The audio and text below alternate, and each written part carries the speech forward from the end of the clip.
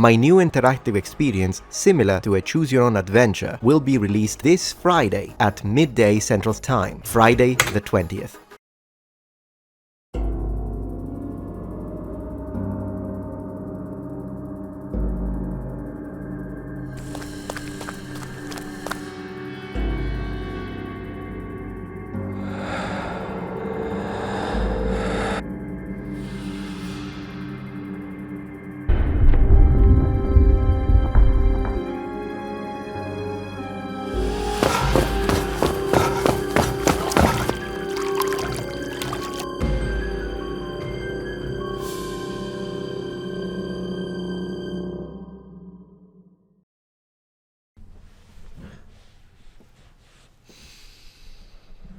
Prepare for the dark.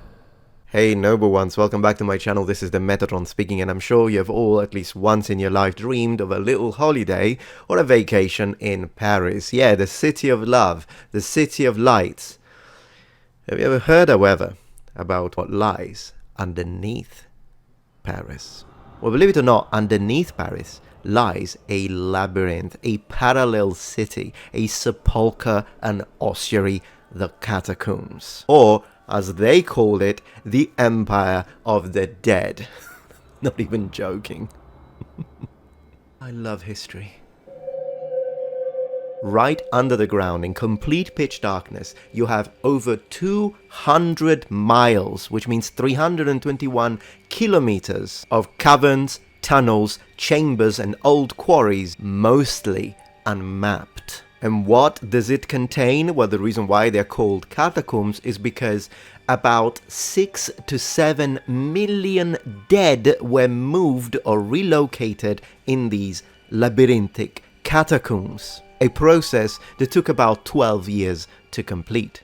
So, if you were to go there, I mean, it is illegal for the most part. Only 2 miles about, the 2 kilometers of these catacombs are actually open to the public for, as a form of, I suppose, touristic entertainment. But the majority of this is illegal. You can't go there. Well, physically you can. In fact, there are quite a lot of access points, although Parisian authorities try to find these access points and shut them down as much as possible. But these go for so long that at the end of the day, yes, there are lots of different ways, and there are catacomb explorers that don't care about the law and still go and explore these places. And there are real patrolling police that is tasked, sorry for them, to go around these areas just to make sure underneath that no one is there breaking the law.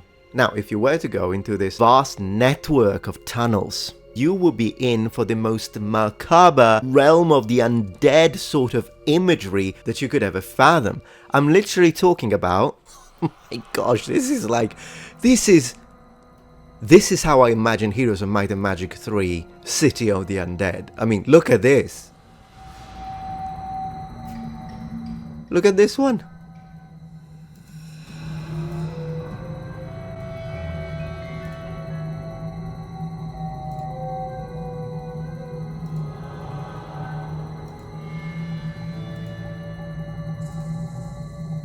Holy moly.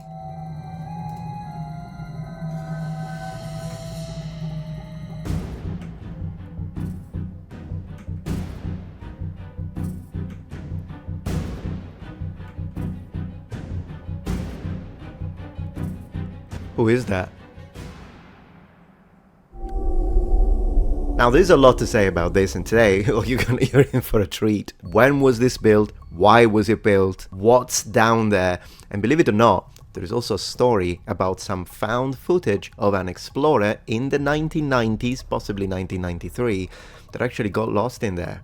And he dropped his camera, and the camera was found. And the footage, well, we're gonna check the footage together. But let's not get ahead of ourselves. Let's say that we managed to go in there armed with a lamp and homemade maps. What would we see? Well, apart from all the walls of human skulls and bones, in some of the areas we would see plaques on the walls that are simply echoing the street names above to kind of give you an idea of where you are. Yeah, this is how intricate and big and vast this underground structure is. We would have to be very careful because it is very easy to get lost in there. Because not only are they this expanded, but they also go deeper and deeper and deeper. It's not just one level. So if you keep going down, as sometimes you have to because it is what it is, it's just the way they're built, you can go up to 300 feet underneath the ground. And then if you lose your source of light, that's it. That's it for you. Nope. Be a great video, but no.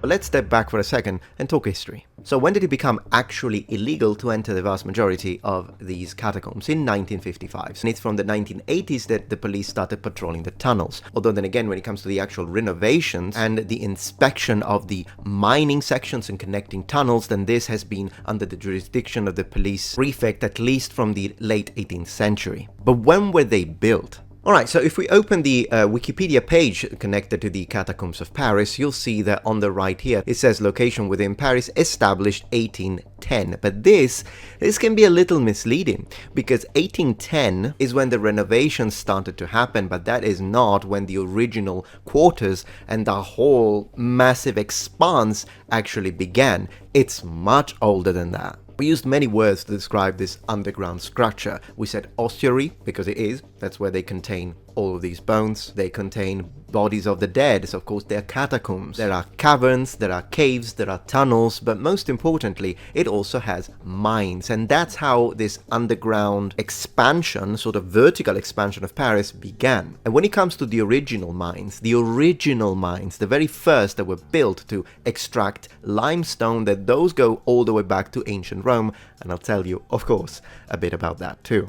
But the idea of transforming all of this into a massive catacomb actually begins in the 18th century. The decision to move almost 7 million bodies and remains has to do with Paris' cemeteries or graveyard system. You see, in the late 1700s, Paris started to have some real problems when it comes to where do we put all the people that die. In the sense that, yes, they had many cemeteries, but they were overflown. There were problems. There was too much space that was allocated to the dead. And so some of these dead were moved to the sides or maybe the walls, but then this started to create some horrible miasma. People were complaining. So the authorities decided, in that case the king, decided, you know what, we need to put all of these dead outside the capital. But that was probably some form of monumental effort that the government wasn't able to actually do. So finally they decide, let's use these old mines, these old tunnels that we have underneath the city, a process that took about 12 years to complete. So the following cemeteries and churches have all of their dead moved. We're talking about the cemeteries of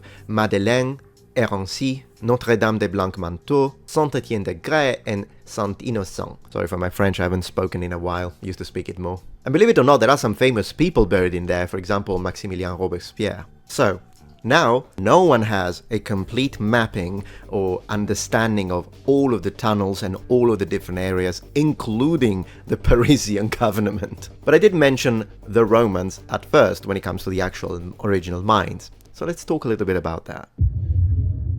Over 2 millennia ago, the French capital, Paris, already existed. In fact, it was a settlement, or should we say, sort of a small inhabited center of Gallic or Celtic origin, and it had the name Parisi. But then the Romans enter the picture, and they decide, we need to take this, we like this area, we're gonna rename it into Lutetia, and we're gonna start mining.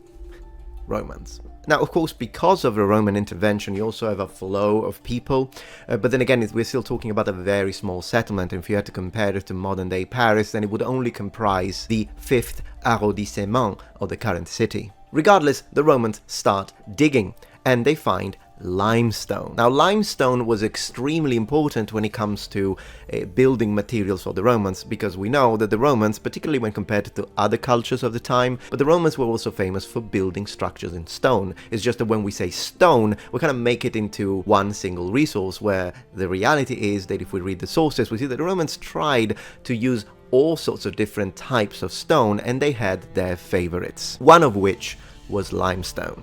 if we were to deeply examine the sort of stones that are mentioned in all of the sources that discuss how the Romans built their monumental structures, then you'll see that the Romans were very focused and utilized all sorts of different types of stone that were contained in the geologic strata within their territories. We have travertine, which is a sedimentary stone, tufa, granite, and most importantly, marble, particularly in the 1st century. So, of course, the geographic distribution of the sort of mines that they had access to influenced what sort of materials the Romans used. Clearly, transportation was possible, and it was something that was done, but it is stone we're talking about, so clearly, when it comes to how they kept on building their structures in the area of Paris, or Lutetia should I say, obviously they find limestone right underneath it, they're gonna use limestone to build the city, right? Keep them expanding it. It's nice, you don't even need to transport it, you only transport it upwards. Now, Vitruvius tells us about the sort of stones that they use, but also the perceived qualities and attributes of these stones in the eyes of the Romans. Travertine stone, which is by the way a form of limestone, is indeed one of the stones that is recommended by Vitruvius because it has very interesting qualities that were considered advantageous for the Romans, in the sense that, open quote, this stone would endure every strain, whether it be stress or the injuries inflicted by harsh weather. Limestone also is good at enduring load from compressive strength, and so it was chosen to not only build regular buildings, but also for amphitheaters and the like. And it is really only after Octavianus Augustus, the first emperor, started favoring marble so much that the usage of limestone decreased up to a certain extent. Regardless, the Romans start digging, they make all of these mines, and then they stay there for a very long time, until in the Middle Ages they start being expanded with the inclusion of tunnels, which sometimes connected, other times they didn't. And believe it or not, as we read and study French history, you'll see that these catacombs actually start popping up. For instance, during the French Revolution, since these catacombs became in fact instrumental for the revolutionaries in order to be able to meet in secret and discuss about the values of the revolution. One of the reasons why the authorities today won't allow you to go in, and you would have to do it illegally, of course not recommended, is because much of it is deemed unsafe. So not only will you get lost, not only if you lose your light, there is no way for you to know where you are as opposed to your position above, but it is also possible that you can run into people that you don't want to run into, and according to some legends, to something that you don't want to run into. And this is where we discuss and start talking about the found footage from the 90s. Alright, now we're gonna go into a little bit of a speculative section of this video, which I believe is extremely interesting. In 2000, alleged footage that was found in the catacombs from the 90s was shown on television, and what we see on this footage is what appears to be a man, or an explorer, who is going through the catacombs, but then something happens, he is literally terrified and starts running away, as if someone or something was chasing him. Then at one point, as he panics through the tunnels, he drops the camera and vanishes, completely disappears. No one knows what happened to this person. If the footage is real, most likely they died. We're gonna watch the original footage now, and to be fair, just because I want to credit people properly, since it was difficult to find it, I'm actually cutting a little section that shows this footage from the video by That Chapter, which, by the way, if you're interested in this, they do a fantastic job and you should absolutely go watch this video after you watch mine. Just to give you credit, this is where I'm getting the source original footage from the 90s, because I found it on other places on YouTube, but it wasn't great, it was all cut up. So let's check it out, so just so you know where I'm getting this footage from. Now, some people think this is a hoax, some people think it's actually true. Let's watch it. Let's see what you think of it. Video footage of a man who got lost down there in the early 1990s. The short video seemingly tells the story of a man lost in the catacombs, terrified, who begins to panic and run through them, looking for a way out. Or is something chasing him? Finally, he drops the camera and runs off into the darkness. The tape continues to film until it runs out. The identity of this person is unknown to this day. No one knows where he went or what happened to him. Okay, so I find it fascinating. I find it fascinating, and there have been all sorts of different ideas and speculations. In my opinion, is it true? Is it false? Unfortunately, we don't have enough documented evidence to be able to state definitively, yeah, this is just fake, or no, I think this is true. But if it were to be true, and this is what I want to sort of focus for a moment, if you give me the possibility for a second, the assumption, let's say that it is true. What scared this man to the point of running away in panic? What happened? And I think there are a few possible interpretations. Interpretation number one, he panicked because he got lost. So imagine that if he had been there for many hours, because it can take up to 12 hours to reach the specific location, which has been identified later, that he did reach, that we see in the camera, particularly when we see the wall with that strange marking that kind of looks like a man in this position. And it's at least 300 feet under the ground, so this is really deep. So it's possible that, if you're there, you've been there for many hours, that you panicked because you can't find your way back, and so you start running, and that's one of the possibilities as to why he was running like that. But then if that's what happened, as you drop the camera, why wouldn't you pick it up, since it appears that the camera was indeed his source of light? So this is one of the reasons why I'm thinking maybe this is not the case, but it is one of the possibilities. Clearly, possibility number two is that he's being chased. Now, what is he being chased by? Well, of course, you could run into other people, and maybe these other people might be sketchy. He could have run into, I don't know, a sociopath, a psychopath, someone with a weapon that wanted him dead. And of course, if you're so deep inside the tunnels, it's not like you can call for help. No, the authorities were not there. No one was there, and maybe this person, this killer, we could say, was chasing him, so that would explain the panic, the dropping of the camera, but not going back to pick it up. So that is unfortunately one of the possibilities. Although if that were the case, why didn't this person, the chaser, pick up the camera? Well, who knows? Maybe they got lost. I mean, it's just one possible interpretation. Another interpretation has to do with the water. If you notice, when he drops the camera, we can see that there is water on the floor.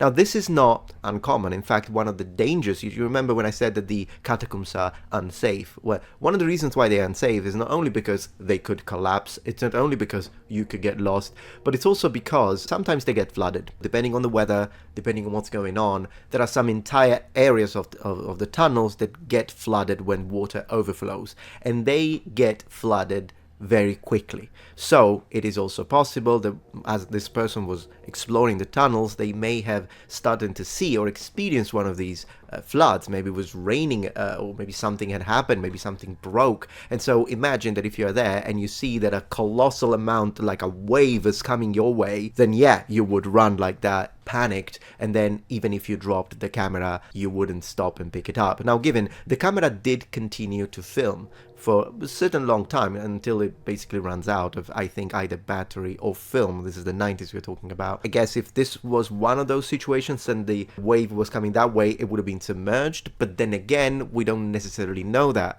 So it is one of the possibilities. Maybe the whole area was getting flooded, they panicked, and then they started running away. And then clearly there is the paranormal explanation. So some people say maybe he ran into a ghost. Clearly not everyone believes in that, but it is also possible that if you don't believe in that, that it could be a situation of hallucination. I mean, if there is a low oxygen scenario, I'm not sure how the oxygen is down there, but also in general, your mind can trick you sometimes if you are in a very stressful scenario. And I mean, that is a very stressful situation. So it's also possible that if you do hallucinate, because some people say that sometimes you can hear voices down there, and of course they immediately say it's the voices of the dead that are trying to call you to get deeper and deeper, so you get lost and you join them. You die as well and you join them and you start haunting the place. Clearly, if it's someone who believes in hauntings, if it's someone who believes in that, then if you do start hearing voices, then yeah, that could be a reaction that someone would have to that. But there are lots of different possible intriguing hypotheses that we can draw as we see this footage together. Probably we'll never know. Maybe we will. Maybe it was all staged. We really don't know. But I would like to know your opinion, because maybe there are other possible explanations that I haven't come up with, and do let me know in the comments below. Now, when it comes to marble, there were 7 different types of marble that were used, at least 7 different types, which had different chromatic qualities. And in fact, they were chosen because of it, in order to create beautifully multicolored and polychromatic effects of artistic nature for the facades of buildings. And when it comes to facades, in fact, limestone was great, but tufa instead wasn't that great because it would be easily eroded by, for instance, rain. And I mean, Paris. Have you ever been there? Yeah. Now, if we continue reading Vitruvius, because for some reasons we are obsessed with stones, the only thing that Vitruvius says that is really negative about limestone as a constructive material is the fact that it's not great when it comes to exposure to fire. So it could crack because of the temperature difference. And he instead talks about a different type of stone that he doesn't name, and he says that this stone instead is fantastic resistance for fire, and it's worth even transporting a long distance if you have access to it. And even though he doesn't say what it is very likely that he was talking about granite.